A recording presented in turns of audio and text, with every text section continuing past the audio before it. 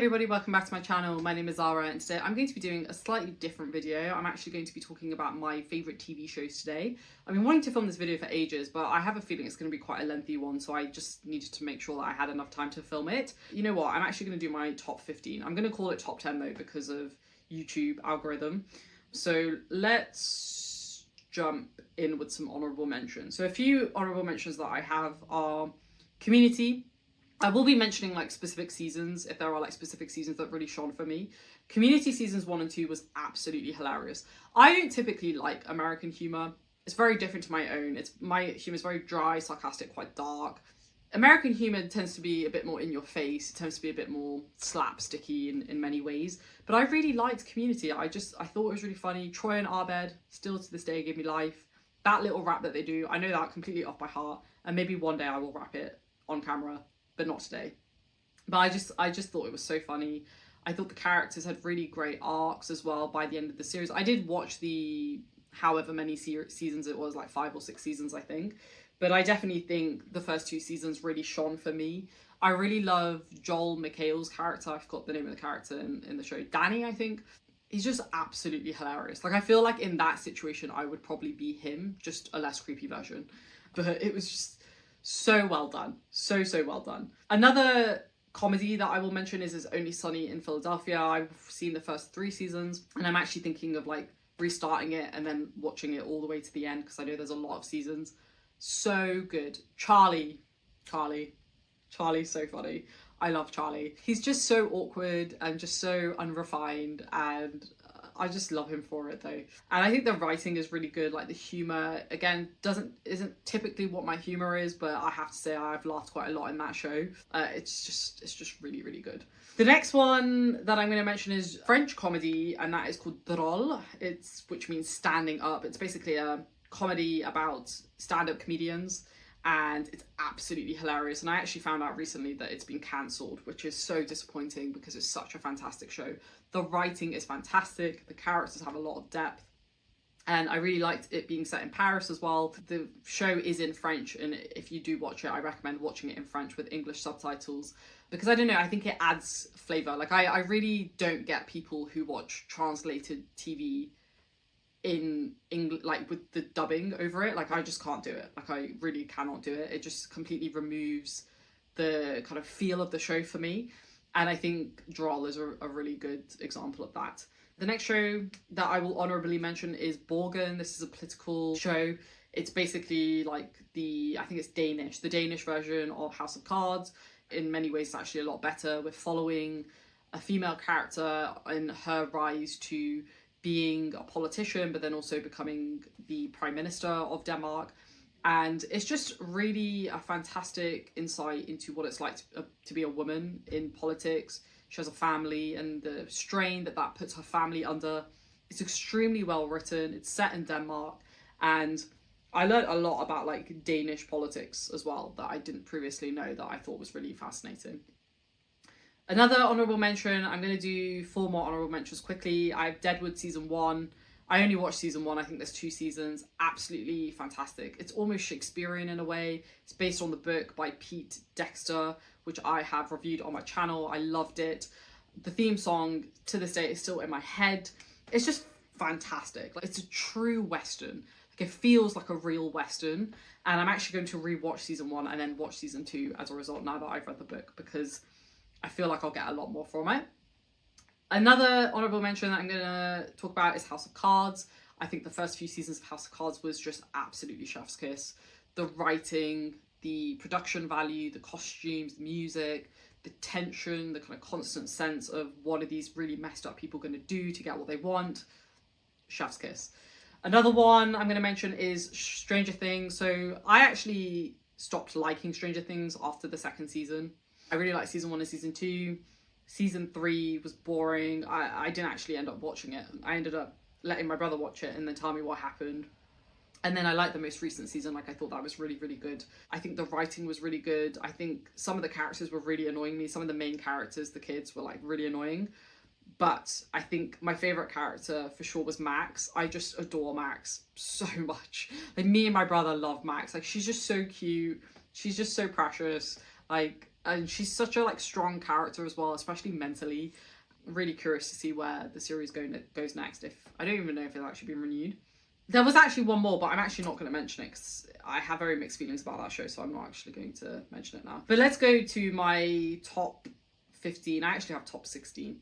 All right, so in 16th place we have Merlin, which is the BBC show, and it's basically following Arthur and Merlin when they're younger. So Arthur is very brash, very arrogant, thinks he's like king of the world, which at that point he isn't. Thinks the whole world revolves around him.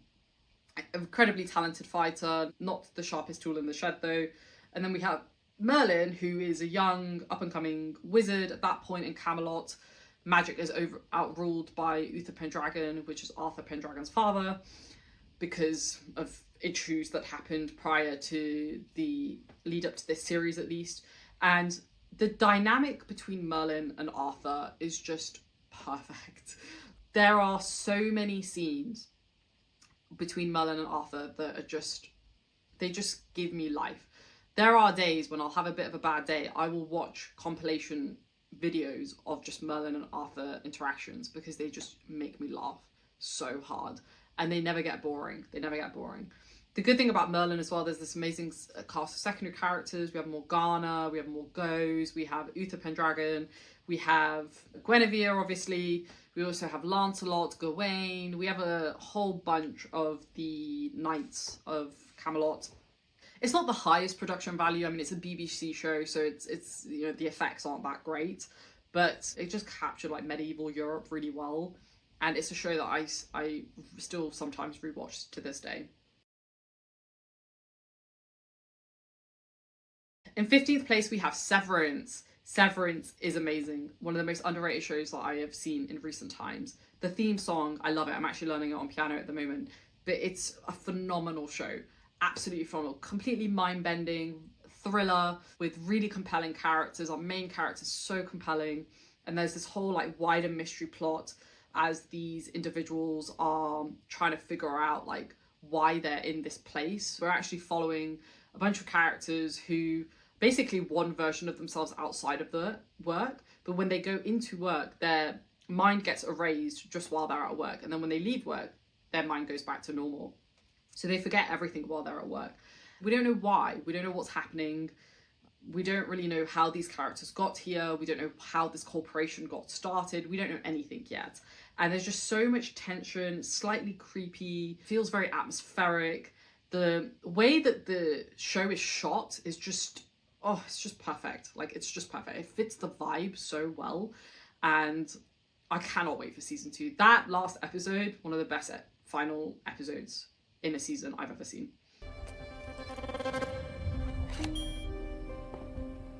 Destiny, an acrostic poem experienced by the author Rickon Hale.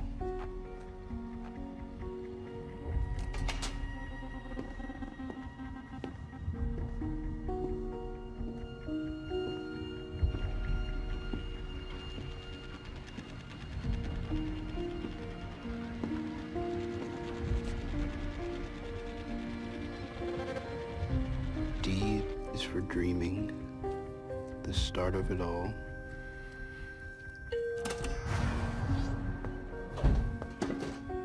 E is for energy, breaking down walls. S is for stewardship of home and of earth.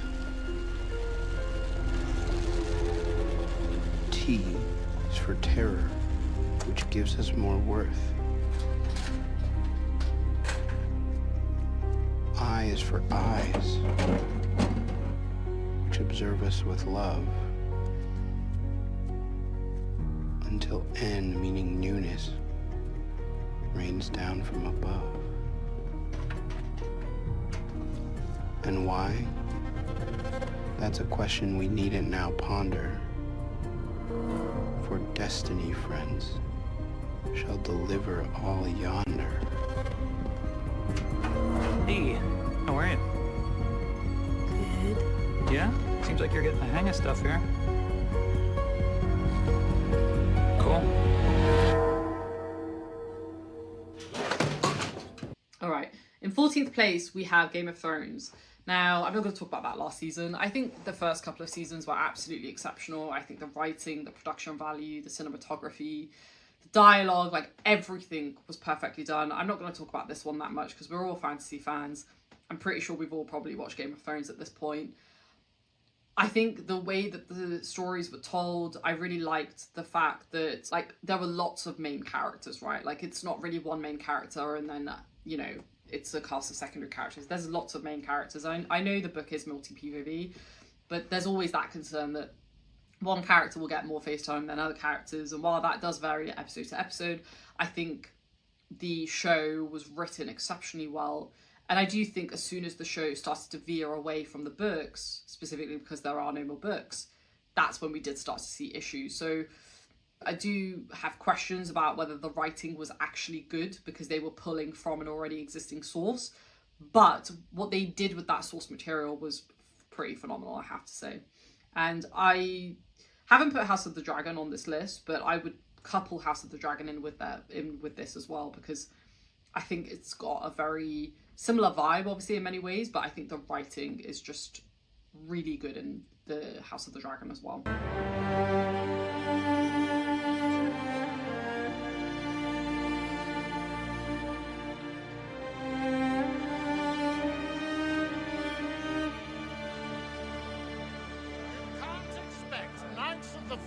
To side with wildling invaders. We didn't invade. We were invited. Not by me. Free folk, the Northerners and the Knights of the Vale fought bravely, fought together, and we won. My father used to say, we find our true friends on the battlefield. The Boltons are defeated. The war is over. Winter has come. If the Maesters are right, it'll be the coldest one in 1,000 years. We should ride home and wait out the coming storms. The war is not over. And I promise you, friend, the true enemy won't wait out the storm. He brings the storm.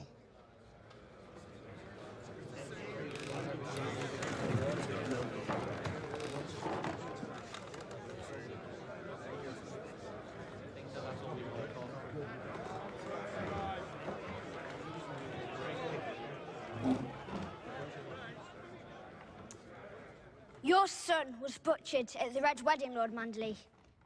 But you refused the call. You swore allegiance to House Stark, Lord Glover. But in their hour of greatest need, you refused the call. And you, Lord Kerwin, your father was skinned alive by Ramsay Bolton. Still, you refused the call. But House Mormont remembers. The North remembers. We know no king, but the king in the North whose name is Stark. I don't care if he's a bastard. Ned Stark's blood runs through his veins. He's my king, from this day until his last day.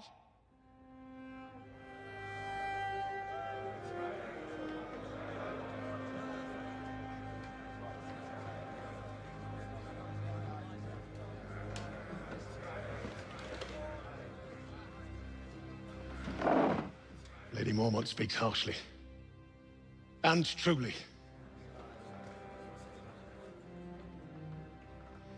My son died for Robb Stark, the young wolf. I didn't think we'd find another king in my lifetime.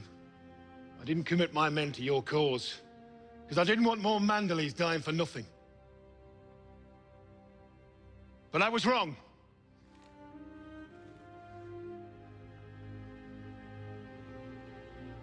Jon Snow avenged the Red Wedding.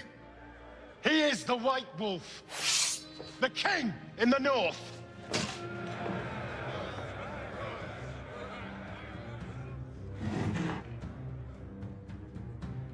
I did not fight beside you on the field, and I will regret that until my dying day. A man can only admit when he was wrong and ask forgiveness.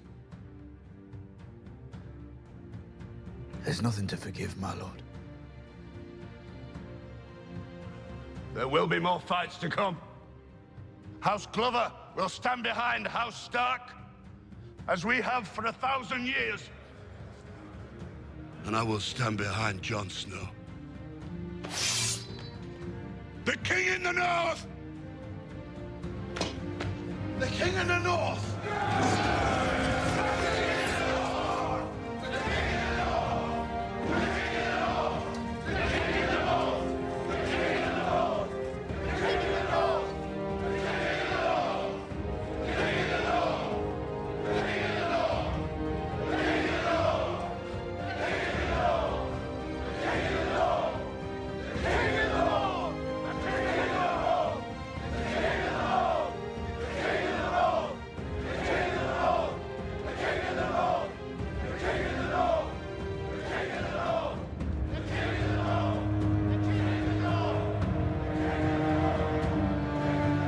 The next show we have is The Borgias. Now, this is a HBO show and very underrated. Now, I love Renaissance history. I've read a lot about the Borgias, the Medicis, the Sforzas, all of the big players at the time.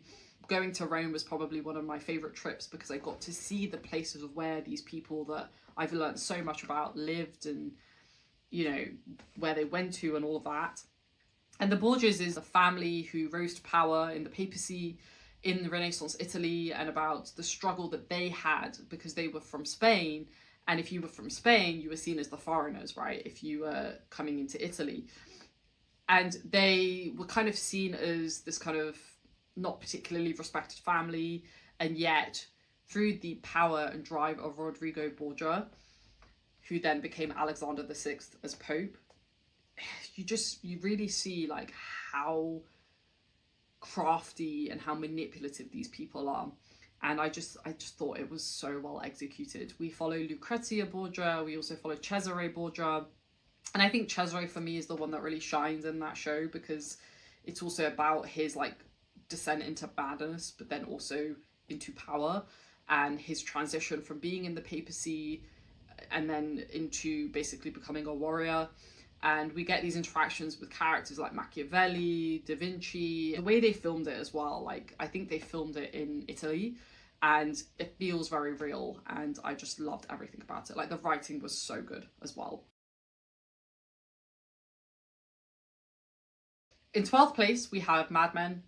Mad Men is fantastic. It's so good. And it's actually a show that I'd really like to rewatch because I watched it such a long time ago. And it's basically about the advertising industry in 1920s New York. I think it was 1950s New York, actually. And there's so much covered in Mad Men. You know, it's about so many different interesting characters and their backstories and about how all these people come together. We obviously follow the character of Don Draper, but for me, the most interesting parts were actually the surrounding cast, like Peggy as an example, about being a woman in advertising, working in a New York office as one of the only few women who actually have a role to play outside of being an assistant. We also have other topics discussed like race and equality, also about things like abortion and about the kind of changing role of women in society. There's also topics about like just being in the workplace and about how the men at this time were very driven by certain things, but how that also hasn't really changed. Like there's just so many interesting things kind of covered in each season that just make the story, even though it's set in 1950s New York, like feel very relatable. The writing is absolutely top notch. The acting is absolutely phenomenal. There is not one weak part about Mad Men. Like it's just everything is done really well. The aesthetics are just captured beautifully. I love the fashion of that time, and I just think it like just looks so aesthetically pleasing, and the way that it's shot as well, like it feels very personal and intimate as we go through the scenes. And if you haven't seen Mad Men, you absolutely should. I mean, there's like 5 seasons, but it's just a masterclass in how to write an absolutely exceptional TV show.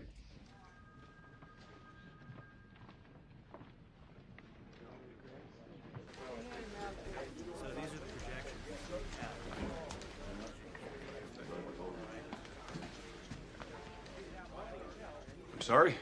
It's Bob, right? Yes, Don, good to see you. We've got the best box lunch around. Should have your name on it. Is this the Miller beer meeting? It certainly is. Bill Phillips, Conley Research. Don Draper and Ted Shaw. Pleasure. Shall we? Is this every creative director in the agency? It's only half of us. So, are you here to bring us up a notch, too? So they tell me.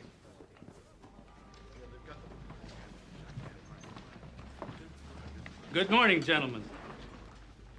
As you know, this is Bill Phillips, Senior Director of Conley Research. Bill, why don't you tell us a little bit about this exciting new beverage? Despite that pile of facts and figures in front of you, I don't look at this as a presentation of research. To me, this is an opportunity to stimulate some of our industry's finest imaginations. I'm going to describe a man to you of very specific qualities. He lives in Wisconsin, Michigan, Ohio. Some call it the Heartland. Some call it the Beer Belt. He has some college. Makes a good living. But it doesn't feel like it because he works long hours. He has a lawnmower. Wants a hammock. Bunch of power tools in the garage that he never uses. He loves sports because he used to play them. And he loves dogs because they don't talk. We all know this man. Because there are millions of him. And he drinks beer. Not just any beer. Oh, it has to be his brand. And what is his brand? The one he drank in college? The one his dad drank? The one that comes in the best bottle, can, cap? It doesn't matter because that's it and it's not open for discussion. Now you all know that that's not true. But how do you get him to open his mind? You better have something more. Or in this case, less. And that's tricky. When we talk about a low-calorie beer, we immediately become feminine. It's the word calorie. It makes you think of a reducing plan. A note on the fridge to remind her about her diet. In 11th place, we have Boardwalk Empire Season 1 and Season 2. This is set in Atlanta during the 1920s, so we're set in a Prohibition era. It's where there was like lots of bootlegging and lots of crime. This is where we have a lot of the mafia bosses who are around. We have people like Al Capone and Arnold Rothstein. These are like actual people who lived during that period of history. And it's just such a slick show. Like everything from the costuming to the music to the writing to the way to the actors, like it felt so authentic. A lot of the actors really felt like the people who were alive at that time. Like if you look at pictures of say like Al Capone and you compare it to Stephen Graham who played Al Capone, like, they look so similar. And not even necessarily just from like an aesthetics perspective, like from the face, but also just in the way that his mannerisms and all of that. And I love Prohibition era. Like I think it's such an interesting period of history with all of the crime and mob bosses and all of that. So I've done quite a lot of reading about it and it felt very authentic to me. And I think Steve Buscemi is just honestly one of the most underrated actors ever. Like he plays the role of Nucky Thompson absolutely perfectly. Like absolutely perfectly. There is nothing that I would change about his character. The other actor that I actually really want to give a shout out is Vincent Piazza. He plays the character of Lucky Luciano, who's also another real character. And I honestly think the scenes that he was in, he completely stole the show because he just embodied that character in a way that I just can't explain it. Like you have to go watch it. Like it's just an absolute masterclass in how to act. I feel like this show is also like a bit of a who's who in kind of TV and Hollywood because there's a lot of really famous names in it. But I think it's not just about having shiny names. I think they all really embodied their roles really, really well. And shout out to Michael Shannon as well. Like I think he did absolutely phenomenal as the detective. Like so good. There is this kind of cat and mouse situation in the show that I think Steve Buscemi and Michael Shannon just embodied so well. Like they embodied it absolutely exceptionally. I keep using the word exceptionally, but I can't think of a better word, honestly. I understand there's a game over at the Traymore. Not if they hear you're coming. In the mood, George? Remus shuns gambling. Look, another mummy. My apologies, gentlemen. I trust you've been enjoying yourselves. We're getting real friendly. Promised this year I'd stick it only halfway in. As I was saying, I'll do 500 cases a month of rum. Plus, I need to stop you. I won't be selling you alcohol anymore. Things have changed. How come? It's not really your concern. Exactly the kind of high-handed attitude that makes it... I've got friends in politics, highly placed friends. As a favor to them, and for my own peace of mind, I prefer to simplify things. Well, I got money, you got booze. What could be simpler than that? That I sell to one buyer only. Effective immediately, I'll be exporting exclusively from Atlantic City to Mr. Rothstein. If you'd like, you can buy directly from him. At a 50% markup. Well, you could always buy from Brooklyn. Spill love it. Peg leg Lanigan. Those patties won't sell to Italians. Sorry, boys. New year, new rules. Oh, see, that makes sense. Chink I know, runs a laundry. Tells me 23's the year of the pig. This is a business decision, Mr. Rossetti. I come all the way down here. Put up with car trouble. We all got the same news. Yeah, but we ain't all in the same fucking boat. I'm getting squeezed on all sides here by every... Partially stage. No, fuck you, Frank. Your fucking rat hole bar and your warehouse in Canarsie. I don't see you doing me any favors, amigo. And you smug kike midget, creeping around like a fucking dentist with the ether. Why don't you watch your fucking step? Why don't you go sit in the corner, short pants? And then there's you. Fucking breadstick in a bow tie. You pasty-faced cocksucker. You must be tired, Mr. Rossetti. That can make a man irritable. You need some rest. I need 500 cases of rum. You and your men.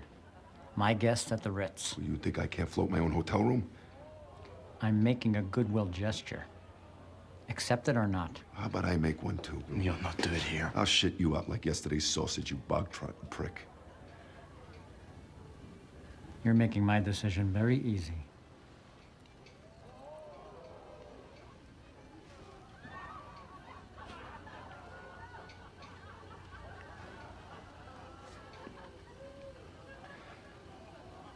Nobody here could take a joke.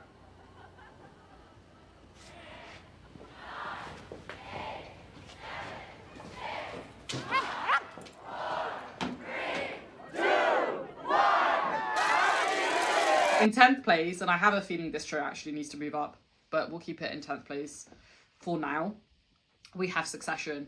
I love Succession. It's just, again, it's super slick, super well made. It's about bad people doing bad things. Not one of these people is particularly redeemable. And it's just really a family drama set in like high stakes media. Like that's basically what it is. The characters are just so unlikable and yet you kind of root for them. I haven't watched the most recent season yet. I'm going to watch it soon. Every episode there is something that goes down.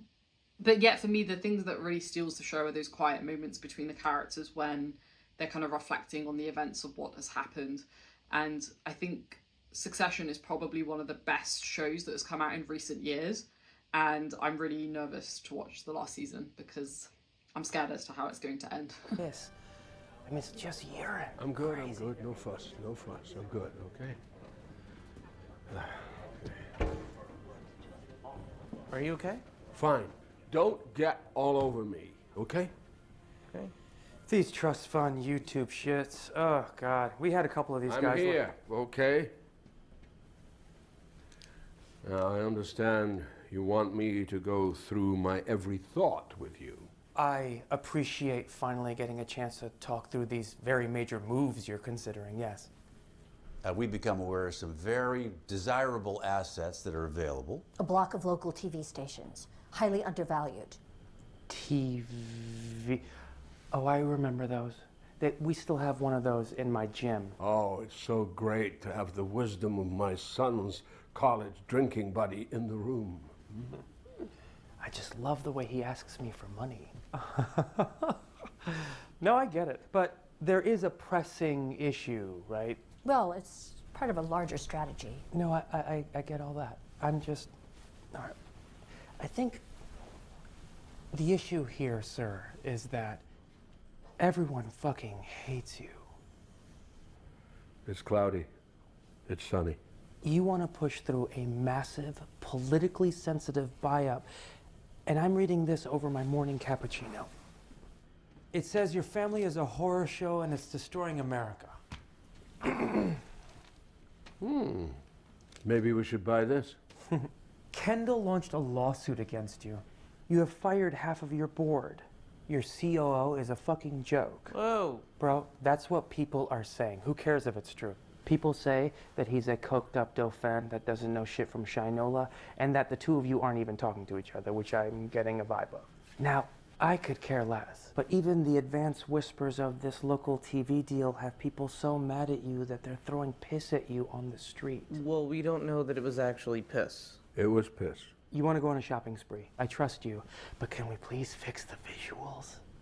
This is a family business, but the family is fucked, and it's hurting the stock.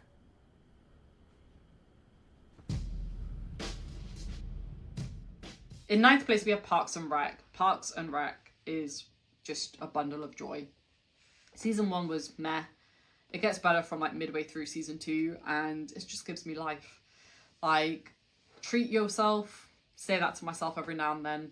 You know, we got to listen to Tom and Donna, people. Listen to Tom and Donna is basically my conclusion here. If you're ever feeling a bit crap and you need like a bit of a pick-me-up, Parks and Rec is the place to go. The comedy, the humour, the timing, just everything about it just feels like a warm hug. You know, I call this show a big warm hug because that's exactly what it is. And the character growth that all of these characters go through is insane, and you wouldn't necessarily think that would be kind of important in a show like this, but yet it really adds to it and makes it feel special. And it's the show that I always rewatch whenever I'm traveling. You know, when you just like, you go back to the hotel or you go back to your Airbnb for 20 minutes and you just want to watch something while you're lying on bed because you've been walking around so much. Parks and Rec is the show that I watch. Like, I just love everything about it. Ron, it's actually not that serious. I just need you to stay calm, okay? Yeah, I'm just gonna stay angry. I find that relaxes me. And I'll have the number 8. That's a party platter. It serves 12 people. I know what I'm about, son. And one number 8. All right, party time. I would suggest sticking around and watching him eat it, because it only takes 4 minutes and it's pretty amazing. These will not be necessary. In 8th place, we have True Detective Season 1. And now I specify Season 1 because Season 2 and 3... Season 2 was not great, and Season 3 was okay, but mainly just because Mahershala Ali is a fantastic actor. But Season 1, that's got to be some of the best TV out there. Like, it's so creepy. I really like things about the occult, because I find it really creepy and interesting that people actually, like, buy into that. Not judging anybody, obviously, but, like, the fact that the occult still exists, and there are, like, obviously different variations of it, like, genuinely terrifies me. And I just think they capture that terrifying aspect of it so well in the show. It feels like a noir kind of detective vibe, and I think Matthew McConaughey is just an absolute standout in that show. And I saw the trailer for the newest season coming out with Jodie Foster, and it looks like a throwback to Season 1. So if they even capture 50% of what they achieved in Season 1, I'm going to be pretty happy. But everything about it, the flashbacks, the way that the story is told kind of non-linearly, is really, really good. Really, really, really good. Ask you something. You're Christian, yeah? No. Well, what do you got the cross for in your apartment? It's a form of meditation. How's that? I contemplate the moment in the garden. The idea of allowing your own crucifixion.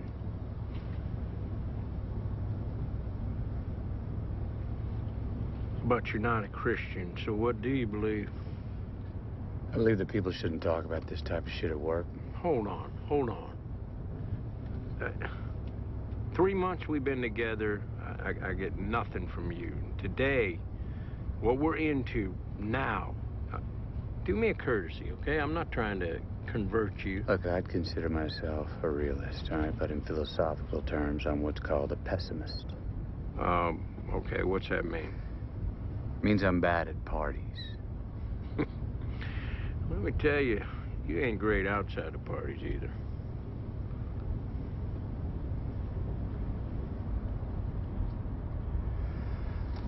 I think human consciousness was a tragic misstep in evolution.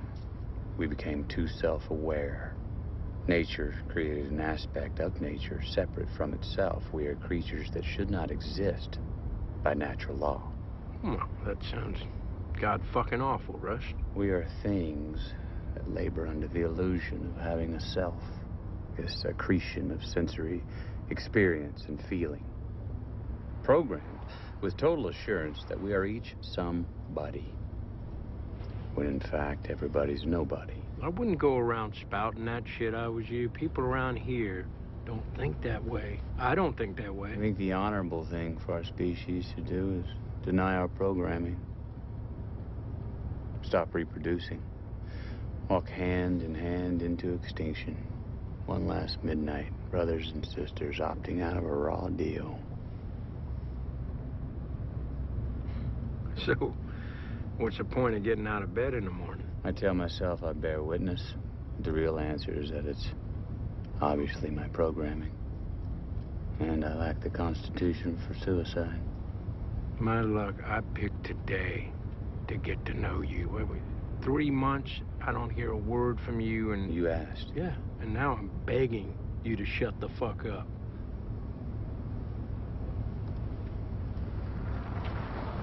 In 7th place, we have Lost seasons 1, 2, and 3. I'm not going to talk about the later seasons because it definitely went off on a bender that didn't make sense. And the creators of the show, J.J. Abrams, even admitted himself they didn't even know where it was going. So it is what it is. But Lost seasons 1, 2, and 3, that season 1 finale, I have never felt more anxious about watching the next season ever. No show has ever created that sense of anxiety that I felt after watching that season 1 finale.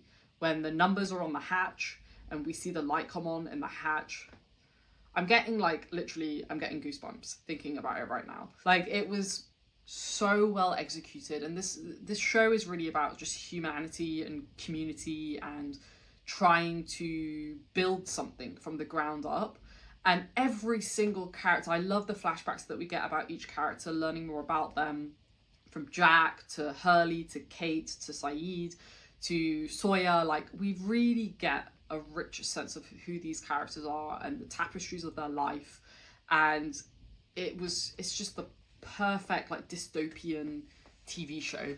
And I did a rewatch of it during that period of time that I won't talk about, and I rewatched the whole thing, and it made me really appreciate how exceptional that show was. And I still think to this day it's one of the best shows ever made.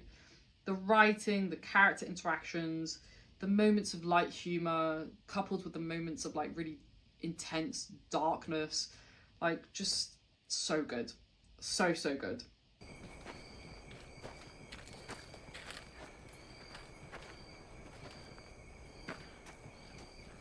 We shouldn't be this close to each other, Jack. If we blow up, we blow up. What the hell was all that about back there, John? What was what about? You asked me to let you go. That's right.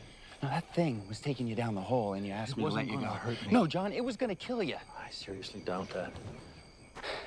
Look, I need for you to explain to me what the hell's going on inside your head, John.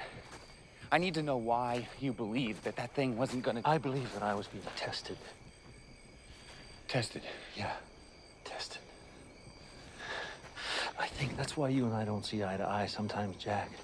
Because you're a man of science. Yeah. And what does that make you? Me? Well, I'm a man of faith. Do you really think all this is an accident? That we, a group of strangers, survived? Many of us with just superficial injuries?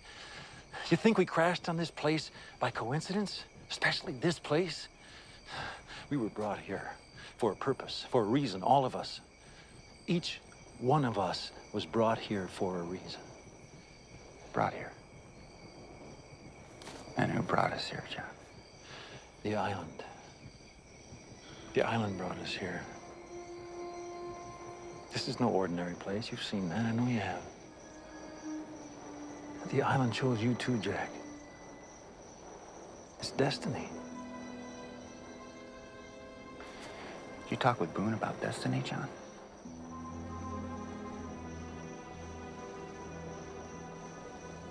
was a sacrifice that the island demanded.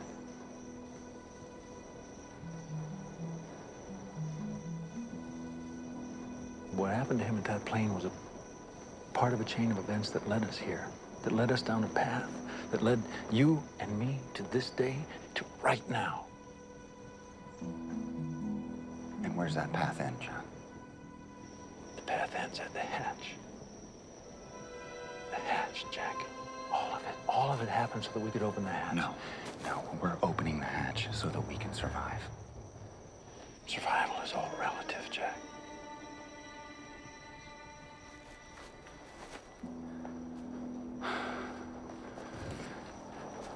I don't believe in destiny. Yes, you do. You just don't know it yet.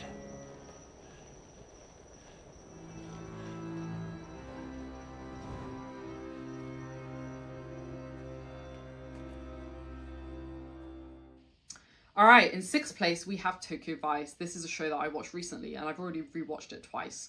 It's that good. It's a Japanese show.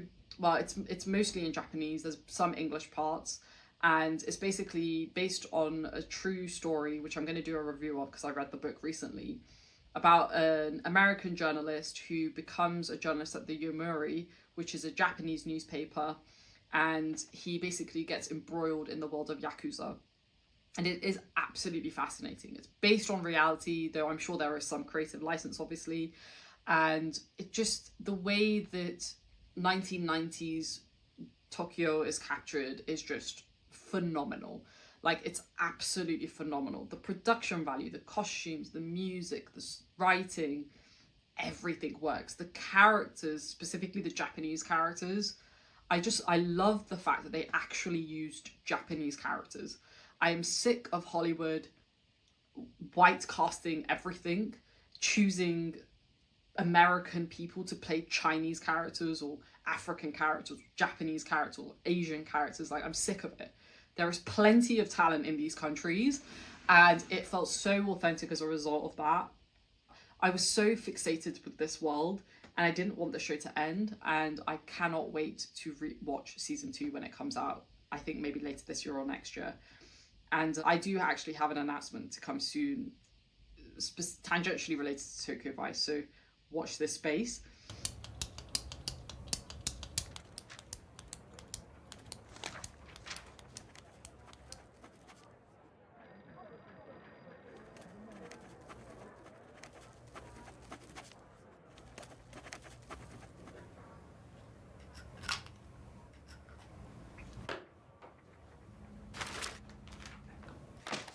君は転入なんだね。ユニバーシティミゾーリから上智大学へ。はい。日本文学学びに3年間。はい。You wish to be a crime reporter in Japan. Why? My father is a coroner, and he took me to crime scenes, showed me bodies, murder files. I found trying to reason what actually happened from forensic evidence fascinating. Your written Japanese is excellent. Thank you. So how do you explain this? I did not pay close enough attention. Even with what you missed, your score was high. The Tokyo Meiji Shimbun has 12 million readers a day. The greatest newspaper in Japan, the best newspaper in the world. No foreigner has worked here, ever. I understand. 会社への忠誠心大事だと思うかね。もちろんです。君はユダヤ人だよね。はい。お寿司は食えるの？毎日でも。ユダヤ人が世界経済を支配していると信じている人も多いけど、それについてはどう？もしそうだとしたら、僕がここの給料で満足すると思いますか？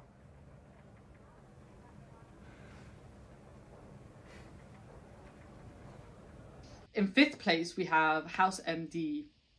House is my ray of sunshine, which is funny because he's not a ray of sunshine. He's totally moody and grumpy, and I just love everything about that show. Like, it's just so good. The theme song still plays in my head. Similarly to one of the other shows that I mentioned earlier, when I'm having a bad day, I will just watch scenes of House just ripping into other people. Because even though he's morally grey, like, you root for him. He's very misunderstood. He's got a lot of issues that he doesn't necessarily handle in the right way. Yeah, he's very sensitive. He is very reasonable. He's very logical. And I just adore him. I just adore the character of House. I love House and Wilson specifically. Their relationship gives me life. And their interactions are some of the funniest. And Cuddy as well, she's funny. She's very annoying, but like her character needs to be there. And them as a trio is just, it's just perfect. It's just perfect. Seasons 1, 2, and 3, and 4, perfect. Wouldn't change anything about them. My asthma. They said they'd fix it, but it didn't make any difference at all. Well, sometimes doctors make mistakes. Anna, you have to try twice as hard to fix them. Are you using your inhaler? All the time. Go through one a week. You sure you're using it right? Do I look like an idiot? No. Why don't you show me how your inhaler works?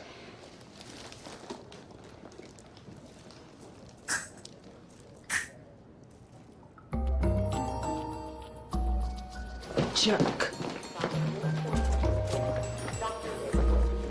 What was that all about? Jamaican chicken recipes. All right, in 4th place, we're getting close to the ending. 4th place, we have The Handmaid's Tale. Most depressing show I've ever seen. Also really dark. Like, the book is dark, but the show is like next level dark. Doesn't hold back. It's very uncomfortable. And it's very scary. And I often feel like in some parts of this world, we're not that far off from this version of humanity, Gilead specifically. And it's just a very emotional story. It's one of the few shows that has like genuinely made me emote in a way that I haven't previously. And I just didn't expect it.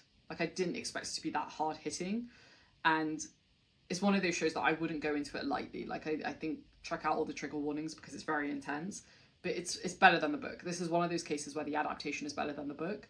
And I loved every single thing about it. I cannot wait for the next season. Serena is, she is, I'm going to do a video of like the villains that I hate the most, but simultaneously love because they have so much complexity attached to them. And Serena is that. Like, she is the villain of this story. And oh man, the actress who plays her, she deserves like an Emmy. I think she may have even won one, but she deserves more because she's just so good in it. And the actor who plays the main character, I've forgotten both of their names now, phenomenal. I think she's also won a bunch of awards, and deservedly so, because they both absolutely steal the show. All right, we're down to the top 3 now. So in 3rd place, we have Peaky Blinders. Peaky Blinders is so good. As you can see a fairly common theme here. I love shows about like gangsters and like mobsters, because I find it really interesting about how these people were like able to carve out niches for themselves and build empires that were totally illegal, and sometimes legal, but mostly illegal. And Tommy Shelby, just again, another really complex character who is obviously very morally grey, and yet you can't help but feel for him because of what he's been through. If I ever met the character of Tommy Shelby, even though he's committed a lot of really bad things, I'd honestly love to just give him a hug, because I think a lot of that badness comes from hurt, and we definitely get a lot of that context in the most kind of recent seasons. But I also find the political context of the time that Peaky Blinders are set in really fascinating. There was a lot of kind of racial issues, lots of tension between the kind of police and government and gangs, and it's just really just some of the best written TV I've ever seen. The season, I think it was season 3, when we have the New York mobsters come in, that season was just absolutely exceptional. Like, I love every single season. Every single season is almost like a 5 stars, but that season specifically was like 100 out of 10. Like, it was so good. Like, again, everything from the costuming to the music. I love the fact that we use modern rock in it. Like, I love it. I love Arctic Monkeys, who did the soundtrack for the last couple of seasons. I grew up listening to the Arctic Monkeys, so it was kind of like a nice throwback. And then everything from like the way that the title screen comes in, like, oh, it's just so good, so good. I could have killed you when I walked through the door. I want you to be alive after your entire family is dead. 'Cause my mother says that is what hurt you the most. You people have traditions of honor, as do we. And I want to suggest to you that we fight this vendetta with honor. All right, final two. Both of these are American. So in second place, we have Billions. Billions is just, it's not going to be for everybody because it's set in the world of finance, right? In New York finance, present day. And we're basically following the character of Bobby Axelrod as he manages a hedge fund in New York. And it's really like political. It's really about these characters. It's very much about just kind of this constant need to be on top. It's a perfect example of why capitalism can be bad.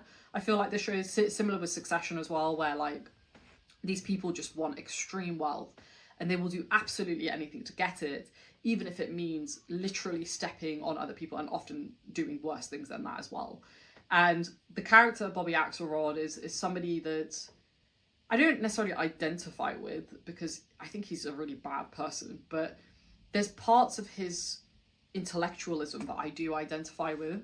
He's a very curious individual and he's very good at working with people and getting people to buy into him.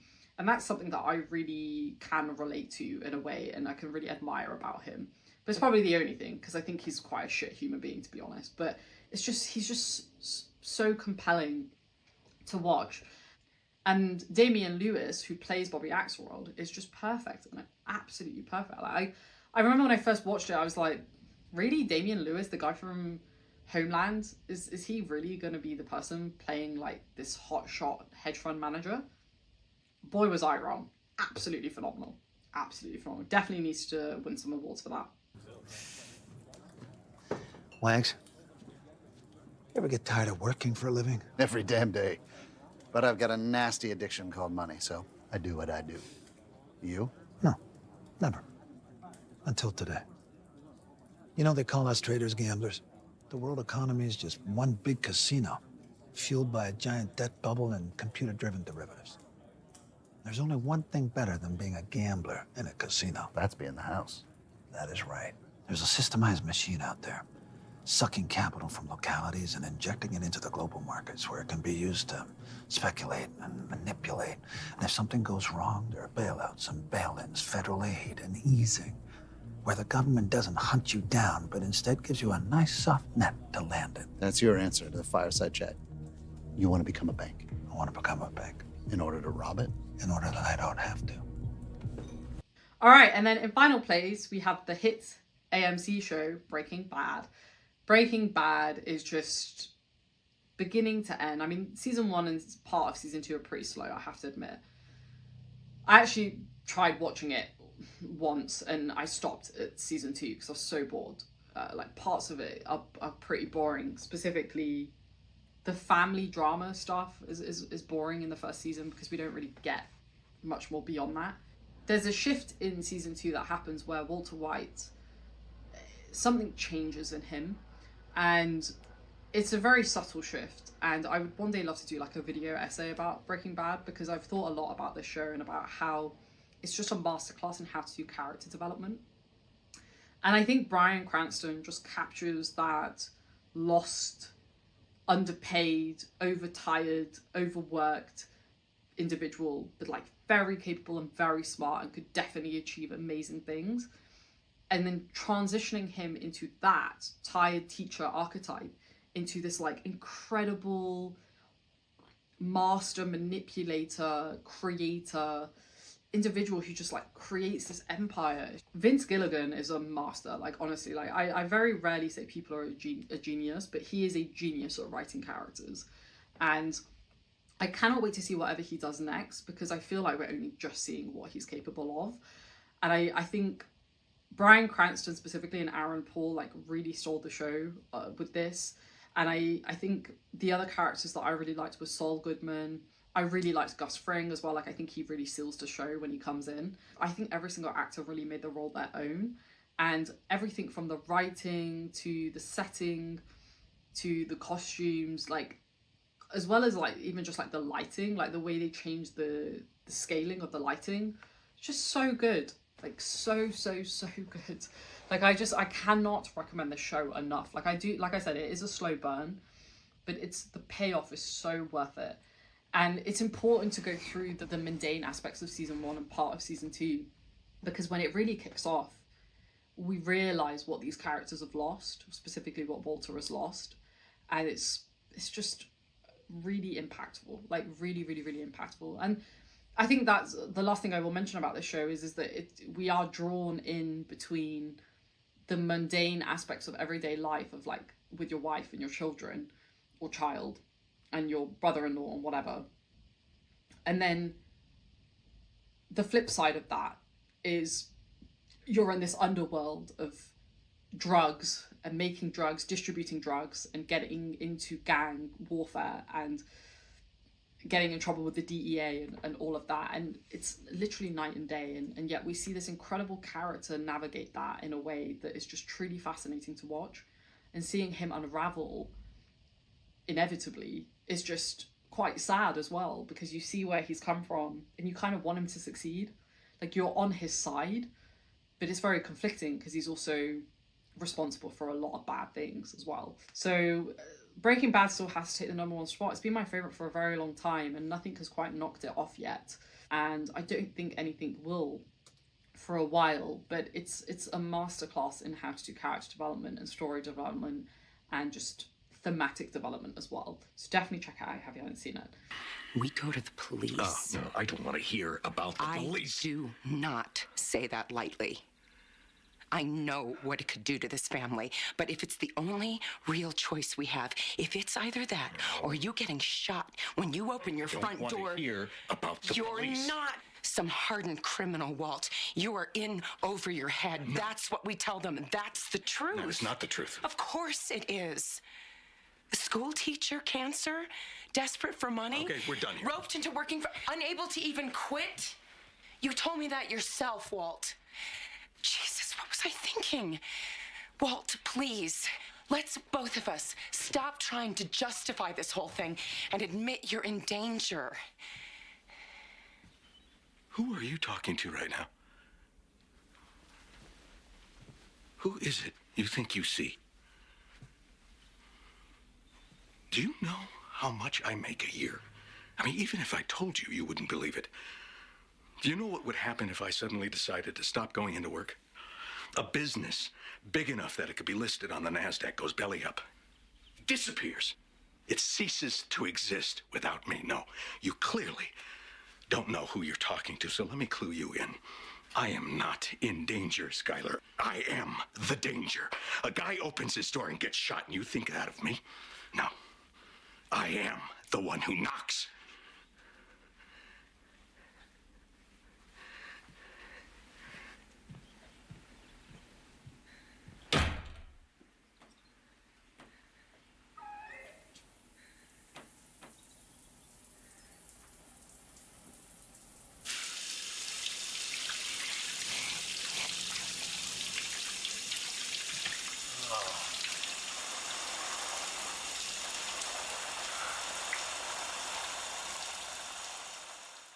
There's my like top however many shows that I've seen. Let me know down below what shows are your favorites or any of these shows that you've liked. Are there any here that you want to watch? I'm always on the lookout for more underrated shows. Like, I've seen really popular shows like The Wire as an example, which I really liked. I wouldn't say it was my favorite though, and I only watched like the first season, so I need to finish that off. But I'm specifically looking for more underrated shows. Like, I got recommended a show recently called From, and I watched it so quickly because I loved everything about it. It actually gave me Lost vibes. I definitely recommend it, but it's too soon to tell whether it's going to become like a favorite yet. So yeah, let me know down below if you have any recs. I think you've probably got a good sense of what I like from this list. I think there's a lot of like similar types of things that I've put in this list. So yeah, let me know and we'll chat down in the comments. I hope you found this video interesting. If you want to see more videos like this, do let me know.